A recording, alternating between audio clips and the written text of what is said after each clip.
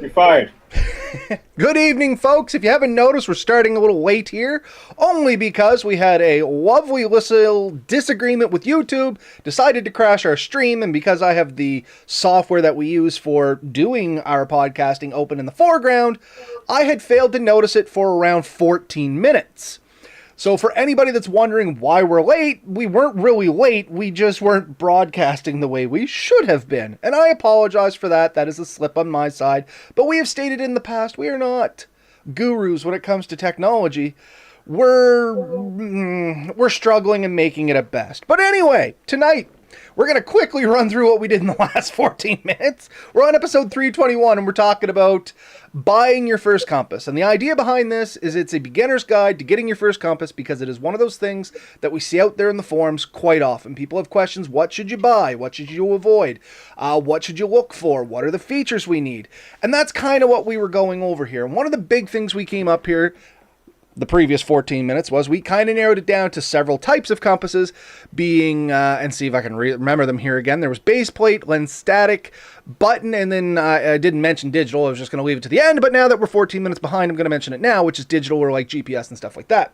And we were recently talking about to ourselves base plate compasses and why they're kind of the standard you should start with for a lot of bushcrafting activities because, and try and catch us up to where we are, they're good for map and compass work because they have these lines, as Ben was explaining before I interrupted him, telling him that we weren't talking to anyone, that you can line these up, and if you can see it there, folks, the lines that are on the compass, you can line that up with the lines on your map, and you can get precise angles and measurements, and it'll tell you where you're going, and more notably, where you to, for when you need to know.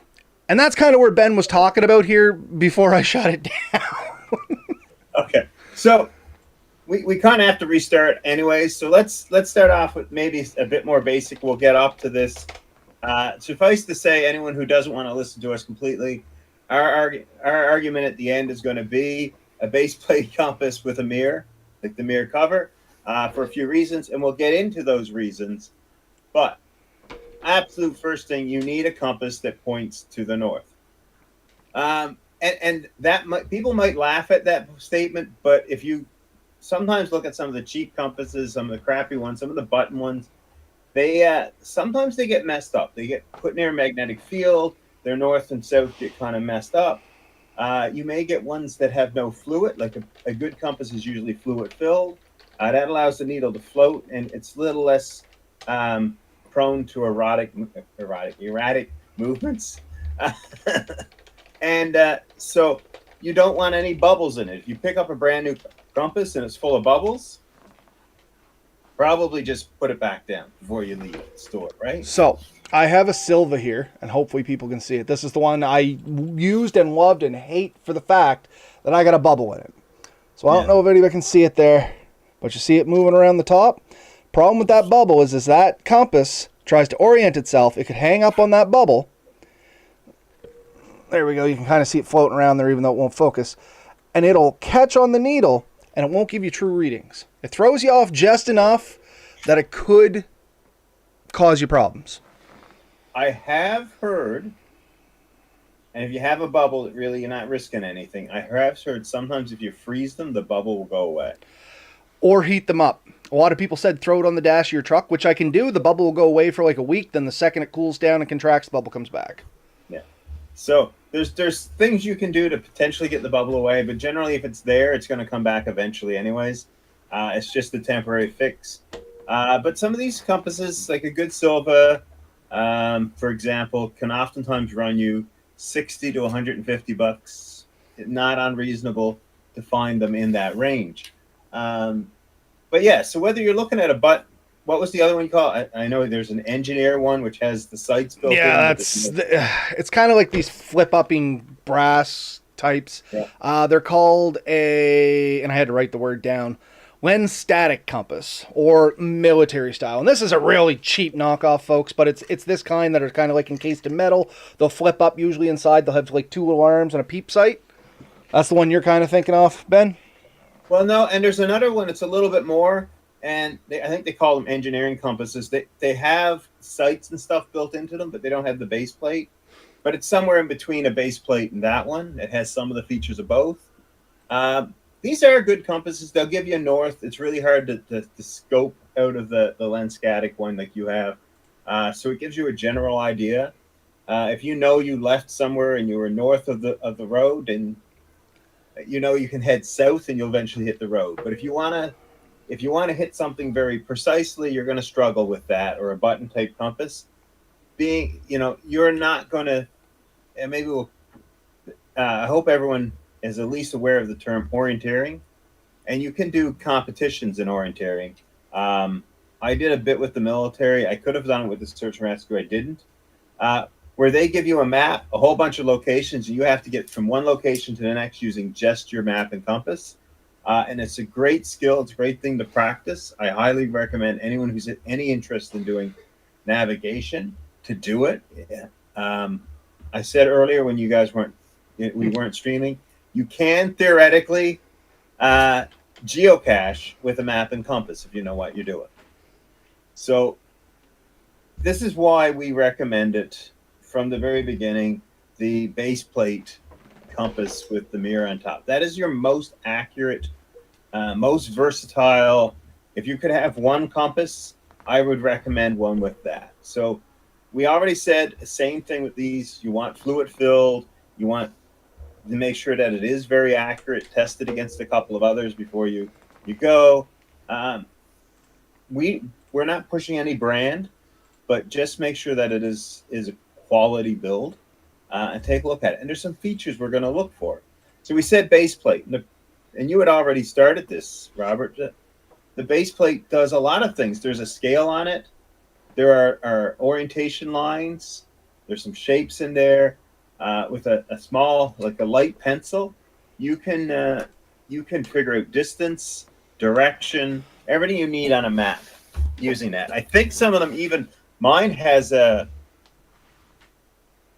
thing for figuring out angle, so you can figure out like how high a hill is. And there's it's just a little. Does that one have it? Yeah.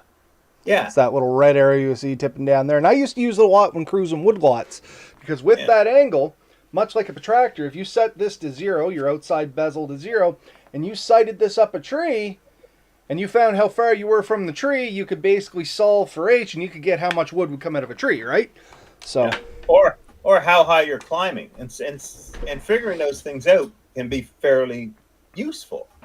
So with that base plate and in the mirror allows you to do very accurate measurements. It's also, and I'm always going to throw this out there, a signaling device. So if you get lost, it means you already have a signaling device with you at every time. Yeah. It's a little hard to do, but hopefully that tends to be flashing the camera.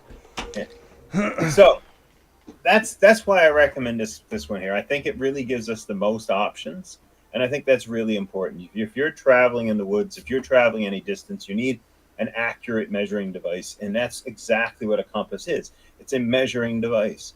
You can get magnetic north using a lot of other methods. There's a method, we've talked about it here before, using an analog watch. There are methods with digital compasses, but you can do it with a couple of sticks in the sun if you know what you're doing. These are all viable options, but the reality is they're not going to be as accurate necessarily. You know what I mean? Exactly. And we did talk briefly in the 14 minutes we weren't broadcasting, but a feature to look for is your declination set, so that you can adjust your declination, and I'll flash it up really quick here. So you should be able to see the little brass thing right there. This is going to be a bugger to focus in. It was last time. But anyway, somewhere right around the end of my finger there, you're going to see a little brass screw, hopefully. You can use that to adjust the declination. And declination itself, it has a really long explanation. And if you're interested in it, I suggest definitely hop online, look it up. But the very short and sweet of it, to save time from the long explanation we gave last time, is you got two norths. You got true north, magnetic north. Declination will set your difference between them. So depending on the map you're using, that might be important. And that's the super simplified, long 10-minute rant we had a second ago. You'll find it on your map, declination. If your map is older than a year or two, I would highly recommend you look it up because it does change depending on location and all that. So you'll want to look it up and see what it is for your area. If you have a recent map, it should be pretty good. You turn that wheel until you get the right declination up, and then all of a sudden you're going to have much more accurate measurements, and that's going to make a big difference if you're traveling any amount of distance. So for every kilometer, if you're off 20 degrees, which is a possibility, that could make the difference between hitting your goal and walking completely by it. You know what I mean? And I think I You said don't have to last. be. Oh, sorry. Go ahead, Ben. Didn't mean to cut you off. Oh, so you don't have to be more than a couple hundred feet off to not see your goal, and it could be a big goal like a cabin, or a lake, but or maybe a pond. But if you're off a few hundred feet, you may not notice it. You may walk right by it and think, "Geez, I've been walking a long distance. I should have hit it by now." And then you start questioning all your other measurements, and it's an easy way to get yourself on the path to being lost. And I mean, 3 degrees from your start point, if you travel, say, 6 kilometers, if you're off 3 degrees, that could equal the couple hundred feet. You know what I mean? Just over a couple kilometers. So preciseness is something to look for depending on what you're looking to get into for a compass. And like I said, these little models here, as Ben was alluding to, they're kind of the golden standard for outdoor woods activities that have a broad coverage of things. I mean, you're not going in there for super specialized stuff, though this does have ability to do super specialized stuff. Like I said, I used to use it when we were doing logging, and I could figure out the, Height of a tree, height of the tree, which would give me the bored foot of a tree. You know what I mean? So you can use them to do specialized things, but they kind of give you a good sprinkling of qualities that you want to look for in a compass. And I'm trying to not overcomplicate this, is why I keep stumbling over my words. So getting back to what we're looking for in a compass. So a base plate and the mirror is awesome. Being able to set your declination, that's amazing as well. The other thing we've kind of mentioned but haven't talked about is the actual fluid filling in the compass itself, because you can get fluid filled compasses or you can get dry compasses like this one. This one has no fluid inside the needle there. And the difference between that, and it's hard to show without this actually being flat, is you can see I'm turning this and the needle is just kind of sticking and getting crunchy and it catches and everything like that. As we're in the fluid one, it's generally going to work a lot smoother, stay a lot more accurate. It moves a little slower inside, but it settles quicker, so you get far more accurate measurements faster. Yeah, for sure. Yeah, and we said too, like the fluid prevents minor fluctuations. Like it slows the needle down so that it's more accurate. Exactly. The lanyard, we said, did we talk? Yeah, that was the last time. The lanyard that comes with it, oftentimes you'll get a little screwdriver in it. That's for your declination adjustment. But between the lanyard and the mirror, and you showed a really good demonstration how you do it, hold the lanyard up to more or less your chin, hold your arm out straight. When you look down that string, it should go right to your target, so it should look a very straight line. You look at your mirror, it should be looking right down over your compass. Now you know you have a very, very right, good direction, and your needle should be sitting right in the red. So there's a red arrow. Your north-south should be sitting right in that. So we used to call it red in the bed. If that's set up and you're doing everything right, you are now heading in the right direction if you set your compass up. And you do that by laying it on the map, sort of putting the edge from where you are to where you want to be, and then lining your compass up to the north. And at that point, it is pointing in the direction you want to go, regardless of everything else. So quick comment here, and I'm going to let you jump in on this one, because I know you're going to have an opinion on this too. So, yeah. Jacob DeFord, I heard you can remagnetize a compass by rubbing a magnet on it. So go ahead, Ben. I'm going to let you walk into this one. You probably can, and in an absolute emergency, maybe try that. But the reality is you could also very well mess it up. You could very well make north and south switch. Something that actually can happen completely accidentally. And we had a search where the guy in charge of our search and rescue group, he tells the story a lot, and it's pretty funny.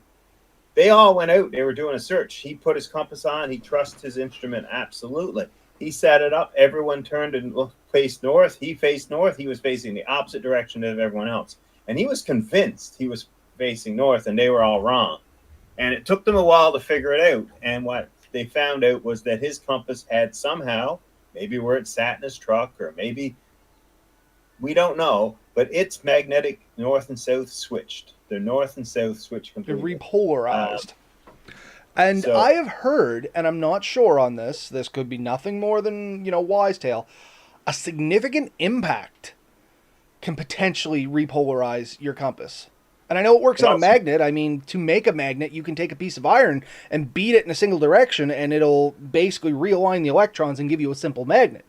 So I understand the science behind this, but I don't know if there's any truth to it. What's your feelings, Ben? Impact can also knock it off. So, right? You do want it to line up. There's also a few other things that'll throw your compass off that people don't think about. If there's a significant iron deposit in or around your area, oops, come back.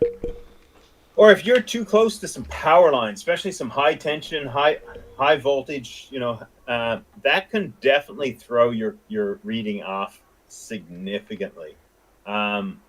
So right under a power line, your north might all of a sudden switch 90 degrees from where it should be, and you'll walk out from there, and all of a sudden it'll slide back. If you're carrying something magnetic on your body, some people have ferrule jewelry, like a ferromagnetic jewelry and stuff, because they believe it helps certain things, and maybe it does. I'm not an expert on that. But if you're holding that magnetic bracelet and you got your compass in that hand, north is always going to be basically either exactly towards you or exactly opposite to you, because it's pointing at that item, right? I got one you've probably seen, Ben, and this one gets me. I'll be right back in 1 sec, because this definitely just requires the demonstration. So just be careful with that. I think the most accurate way to try and remagnetize it might actually be through a magnetic or an electric current. And you would do that by creating a magnetic field, understanding which is north and south, and running it through. And then you can demagnetize something with a tool called a degausser. And believe it or not, these tools can really fix or completely destroy things like mechanical watches. For example, those are susceptible to magnetics. You can get some that are somewhat resistant. And to fix that stuff, you would degauss it. You can degauss your credit cards too, and they stop working. So just be careful where you go. I happen to know where there's a pretty good degausser, and every time they turn it on, I void the thing completely, because I'm afraid something I have will not like the reaction. But yeah, you can add or remove magnetic properties from anything that's capable, anything that contains iron, basically. I think there's a few other materials that are semi-magnetic. Nickel, I think, is also somewhat magnetic, and maybe, But so here's the one I like, Ben, and this is why I went and grabbed my radio for this demonstration. I have seen this from somebody in Ground Search and Rescue. I was not part of Ground Search and Rescue at the time. Radio. This is just my fire radio, but communication radio nonetheless. So, see where my radio is? See where my compass is. And couldn't figure out why they couldn't get anywhere. Any electrical device can potentially throw these things off unless it's magnetically shielded. Oftentimes with search and rescue, I don't know if this was intentional or not, our radio operator and our navigator are two totally different people. Partly because you don't want to distract the two people, so that one can pay attention to what he's doing as well as the other one. But yeah, that it would make sense to keep that fairly far away. If you take like things like HF radios, they put out a ton of power. They can definitely mess with things. I've seen them light up fluorescent bulbs that aren't even plugged in. So that burst of energy can cause a flux, or while you're transmitting especially, can really throw that direction off a bit. And noticed I turned my radio off before I did this example, because I know when it's off, it is mag shielded. I don't trust that if it was on and somebody keyed up and something came across, that it couldn't potentially ruin that compass. It was an old compass anyway. It's not one I'm scared to lose, but I'm not taking the chance. Yeah. So yeah, could you theoretically? Absolutely, it could theoretically be remagnetized. And if you have somebody that you trust, or you want to take the time to do it, the thing is, keep in mind that needle isn't something like normally if you magnetize, say, like a screwdriver bit or a screwdriver, you run that magnet across that item.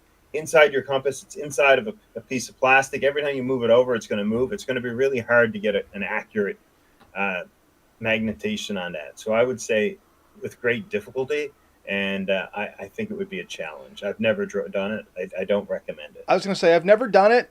I'm not going to recommend it simply because how complicated it is. I'm not going to say it's impossible. I'm just going to say it's above my skill level for sure. Yeah. Okay. So for somehow we got back on for 20 minutes here. A couple more things I want to talk about that we should look for in a compass. And something I had mentioned before in the 14 minutes we weren't broadcasting was if you were planning to travel a significant amount, like you're going to do adventuring in different countries, for instance. You live in North America, you're going to head to Australia, maybe Europe, whatever. You're going to do touring around the world.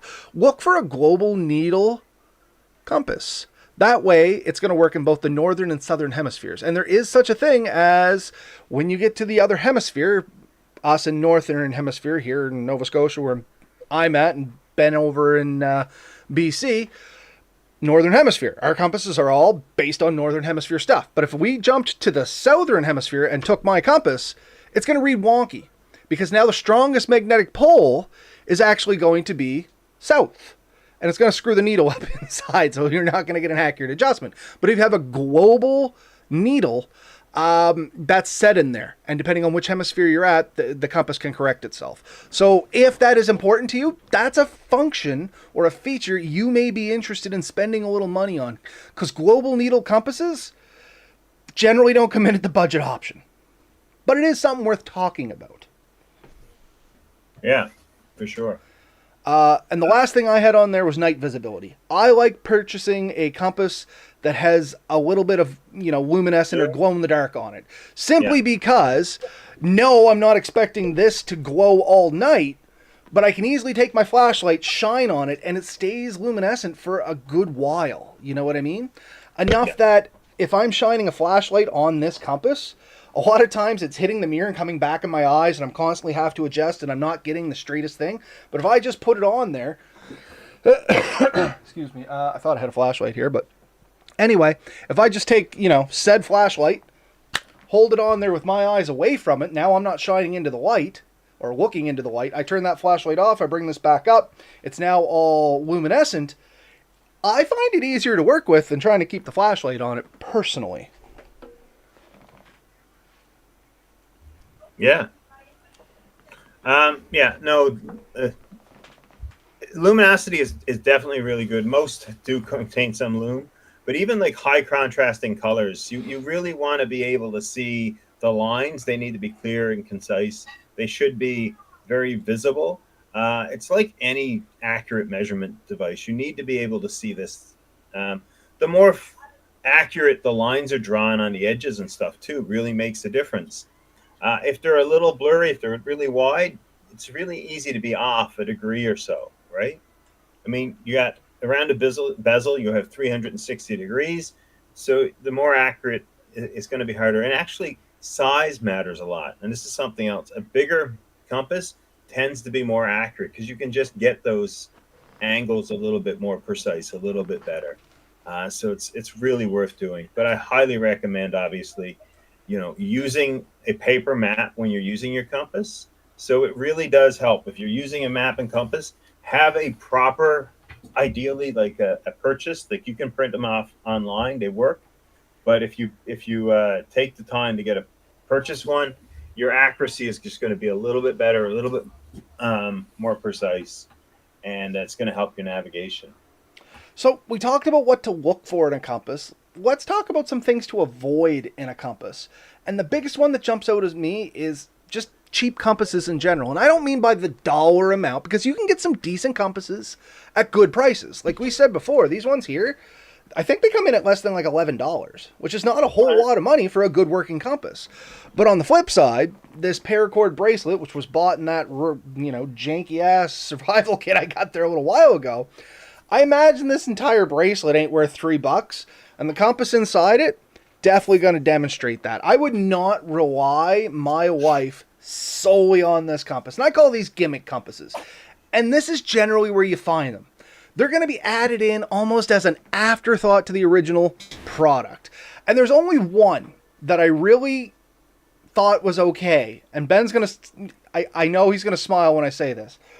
Do you remember the old Rambo survival knife? Not the remake, the original Rambo survival knife. It actually had a pretty good bubble compass on the end of it. It was liquid, and this was back when the Rambo survival knife still cost like $50-$60, not $14.99 off, Temu?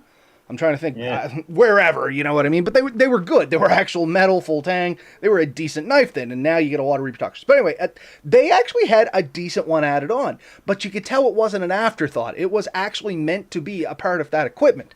As we're with this, it's like, hey, we're going to have a big empty spot right here. What can we jam in there so it doesn't look so empty? Oh, let's glue a button compass to it. And you remember, that was a round compass that floated completely. It had a weight on the bottom. It was fully fluid filled, and it had some decent lines on it so you could move it around. It did work well. And this is what you get now. And I've seen some equivalent ones since then.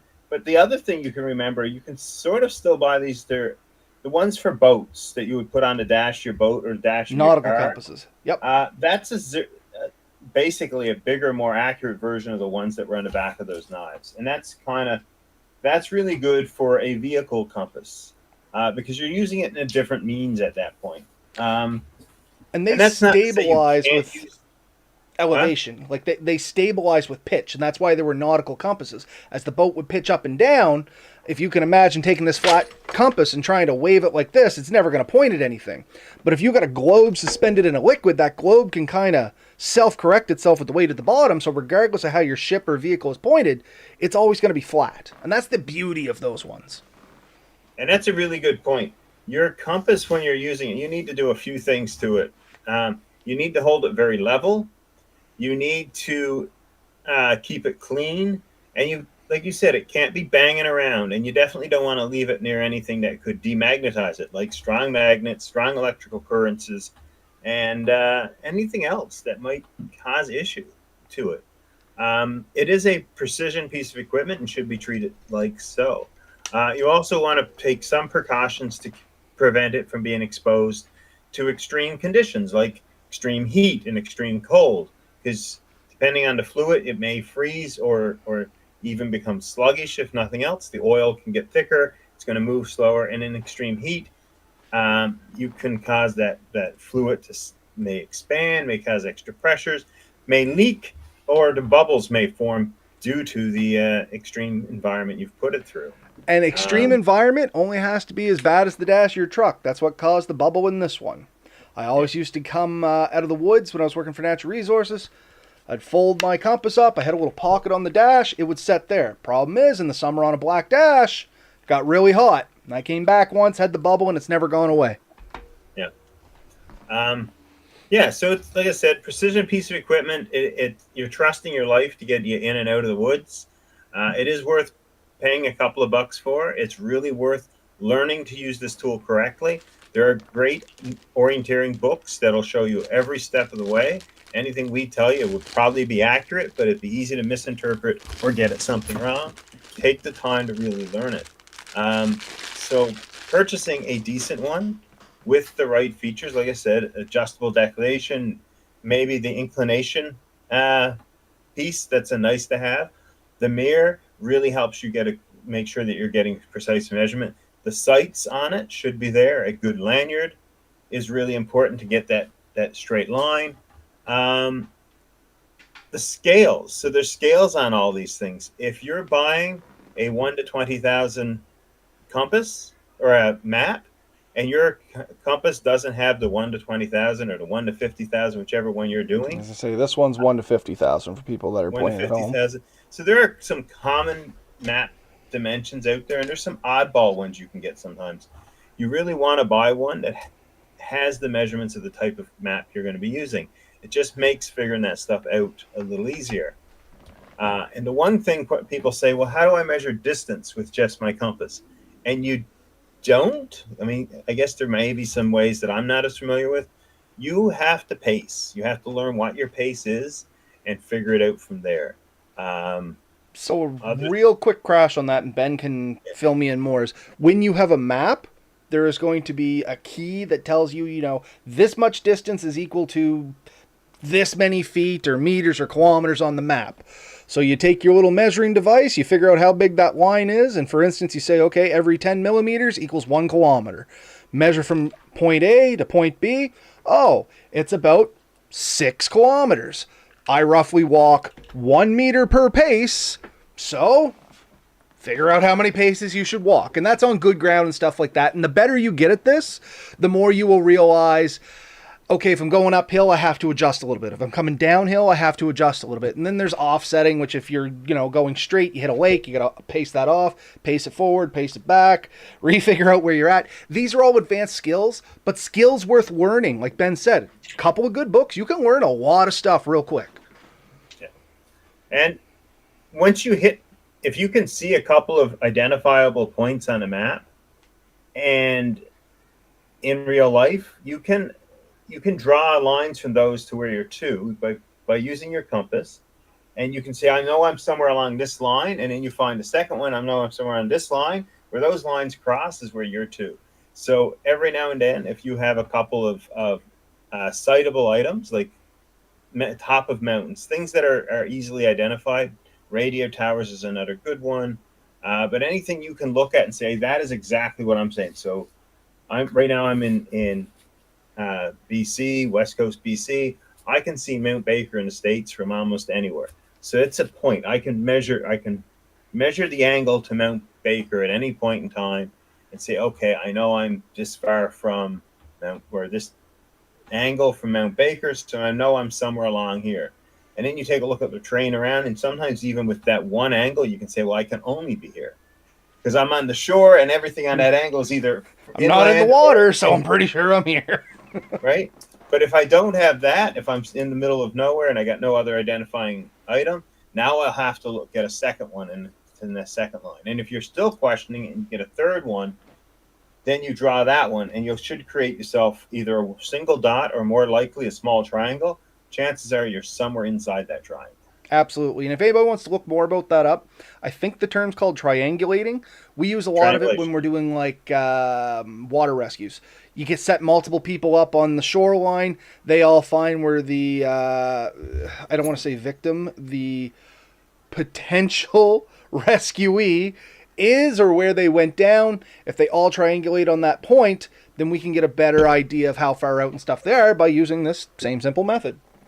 And in fact, that's exactly how GPS works. Yeah, absolutely. That's why you have to have so many GPSs connected to get accurate readings. They have to be able to ping and have these crossing lines basically to intersect to tell you where they're going to be. And that kind of brings us to our last type of compass, and that is like a digital compass. They work good. You can have them on your phone and stuff like that. They have all the downfalls of a flat compass or a button compass, except that they're more accurate generally. The other downside is they're battery dependent. But, if you have battery banks and stuff like that, maybe that's not such an issue. They just don't work very well for map and compass work because you don't have any way lines to line up with. It all becomes guesswork.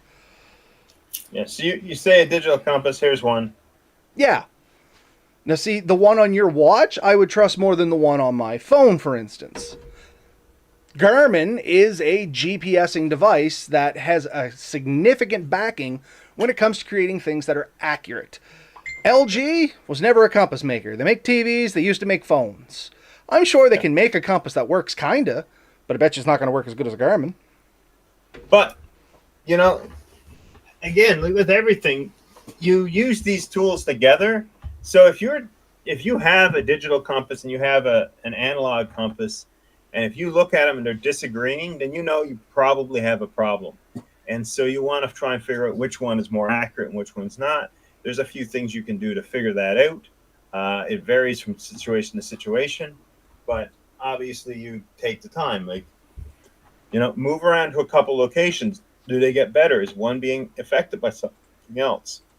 And that is something to keep in mind. We kind of alluded to this before, and I had a thought on it, and I lost the thought, and I gained it back.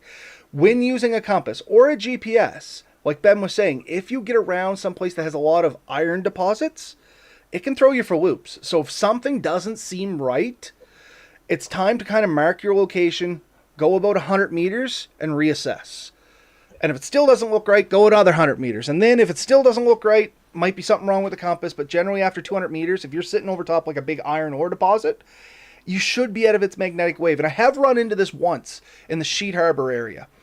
We used to do PGIs there, and if anybody has heard my ramblings before, you know what a PGI is. But anyway, there was this one specific point that you would go down in a valley, and it was an old glacial run. And once you got to the valley, your compass would just kind of wave back and forth. It would never go straight. Turned out, massive iron deposit there. We looked at some geological maps. There's a big iron ore vein that's not that deep underground, and they pinged it and stuff like that. And sure enough, when you walked over it, it would screw up your compass just enough. Like, you would kind of get the idea of where north was, but it would never really settle where it should. So you had like a 15 to 20 degree swath of where north should be. If you're getting stuff like that, that's definitely time to be like, all right, this isn't normal. Let's try and reassess. We had I wasn't there, but we had an incident with search and rescue. The guys said, like, they were walking along and they were following this line, and all of a sudden the compass just sort of drifted off to one side, and it just kept pointing at that point until they got a little further away, and then it slid around to where it should be.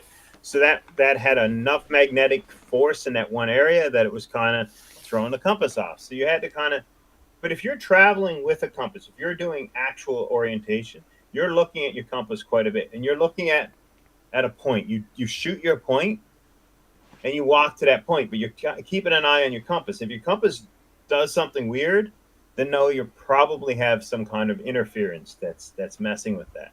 And like you said, go a few hundred feet and the chances are that'll go away. If it doesn't, check your gear. It could be something you're carrying or something you're doing, and it may come to the point where you'll have to identify that item and maybe trade it off so that the navigator is no longer carrying the large magnet that's messing with your trade, right? And you tell that guy to go far. You stay away from me because I'm doing navigation, right? So we're at the 36, 37 minute mark here. Thought we'd throw in a couple tips and tricks for when it comes to compasses. So you bought your first compass. What's some good things to remember? And Ben kind of already said some of these because he beat me to the punch. Make sure it's clean. Make sure it lays flat. When you're taking your sight lines, you are far better to pick something a little further away than something closer. The more you look at your compass and constantly looking up and down, you're actually going to kind of create this back and forth motion versus if you pick something that's far away, walk to it and retake another bearing or sight line, something further away, and we're talking, maybe a couple hundred meters if you have that availability, or whatever you can accurately identify the furthest away is what I like to say. So it might be a tree that stands out in the distance. Oh yeah, I was anywhere in the forest, I can see the top of this tree because it's 15 feet taller than the rest of them. That's a good landmark, you know what I mean? And you would walk to that tree and then you would pick something else versus, okay, there's a tree 15 feet in front of me, I'll walk to that. Okay, there's a tree 15 feet in front of me, I'll walk to that. We have actually tested this and it's pretty cool. And we knew this was going to happen, but it was nice to see the visual, and I'll see if I still have it. We did this with a Garmin GPS, my GPS and my compass. And I just turned the compass on tracking, and we picked a south direction, north direction, it was a south and east direction. Anyway, we walked one, literally taking short sights, maybe up to 25 feet. And then we took one using a long distance point. The long distance point one over the course of the day was far more accurate, straighter, and closer to the true area we wanted to be than the one we were constantly looking at it. So it's real easy to get into that mindset of always checking your compass, but you can do it too often to the point where it might cause you some issues. You have to find that fine area between checking it enough that you're not wandering off trail and not checking it enough that you're causing yourself to constantly be making corrections everywhere. And you're 100% right. The further off you go, the more accurate you are anyways, because you're looking at a very small point. We're in close, even the width of that tree is a few degrees. Way far out, the width of that tree is a very small fraction of a degree. So that means that you can walk a long ways before you're even potentially off. When you get there, again, you have to shoot as far as you can reasonably see. In dense forest, 15, 20 feet might be all you're ever going to get. And that may be the thing you have to do. In big fields, I've been able to shoot items that are hundreds of feet away, thousands of feet away, right? Kilometers in some cases. Like I'm aiming for a tip of a mountain, or I'm aiming for a power pole, or I'm aiming for something that I can just, I can see way off, but I know it's going to be walking all day to get to. That's great. No matter how much I veer, I'm still going to go back on when I hit that tree, or that item. So the furthest as possible is where you're aiming for. Take your time when you're aiming. Make sure you're looking at everything. It doesn't take a lot to knock yourself off a few degrees. And every time you get a chance, especially on a high point, like if you're crossing a hill or something, take a chance to see if you can reevaluate your position and just redo it on the compass or in the map, because it doesn't take long to end off a little bit, and you can make your adjustments there. So reshoot your location and then reshoot where you want to go, and you can definitely help get yourself in there. Um, in deep woods, it's almost impossible to do that, so you just do your best. Yeah, and like I said, we're kind of crossing the 40 minutes here. We've thrown a lot of information out there. Tried to keep the rambling to a minimum, which is good for us. But I think that's a good place to kind of end it tonight. If you folks want to know more information, this is kind of where we're going to, or at least I'm going to encourage you, seek out more education through books and people that know this better. Ben and I understand how map and compasses work. But there is people out there that live and breathe this stuff and have written books and know how to teach it in a way that makes it simple and understandable, and they're going to do a better job. I could sit down with somebody one-on-one and teach them how to use a compass, map and compass okay. To do it over the internet's really difficult. You know what I mean? There's a lot of fine nuances to it. So don't take what we said and pretend that you're a map and compass expert now, because not even scratching the surface of this stuff. That's my takeaway. It does take a while to learn. It does take practice. It's a skill you don't just learn and not practice. You have to practice. The more you practice, the better you get at it. I've worked with people that are extremely good at it. It is really impressive to watch. I've also worked with beginners, and it is amazing how much they can struggle with the easier concepts until they've done it a few times. And that's the trick. You don't get better at this by just thinking about it. You have to do it. But the more you do it, the more reasonable it becomes. I highly recommend when you start with the GPS with you, so you can double check things and you can see the wanderings. Really practice your pacings and stuff. Figure that stuff out. It is a great skill to have, and in an emergency, it can really help you locate a person, an object, or whatever you need with just a set of coordinates. Ideally, two. Right? Where you to and where you want to go. Exactly. So, Matt Wosley just saying that he appreciated the episode there, Ben. Figured I'd pass that message along to you. Thank you.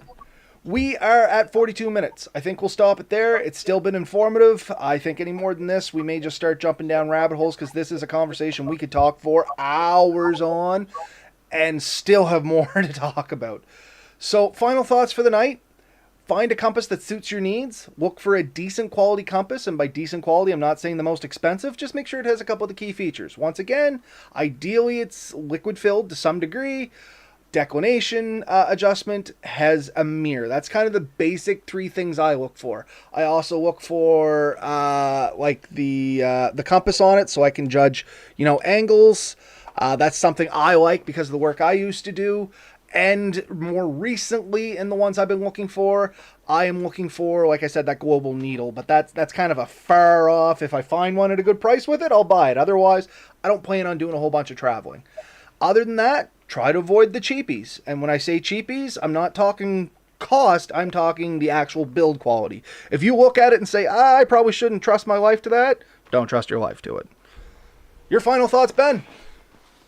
No, I think you've covered it up pretty good. Like I said, good quality. Make sure you have the functions that you need and want on it, and practice. You cannot over practice using a compass. You really can't. All right, folks. Y'all have a good night. We'll talk to you next week. Hopefully, next week, we'll actually stream the first half of the show and not have a screw up. We could try that. Night all.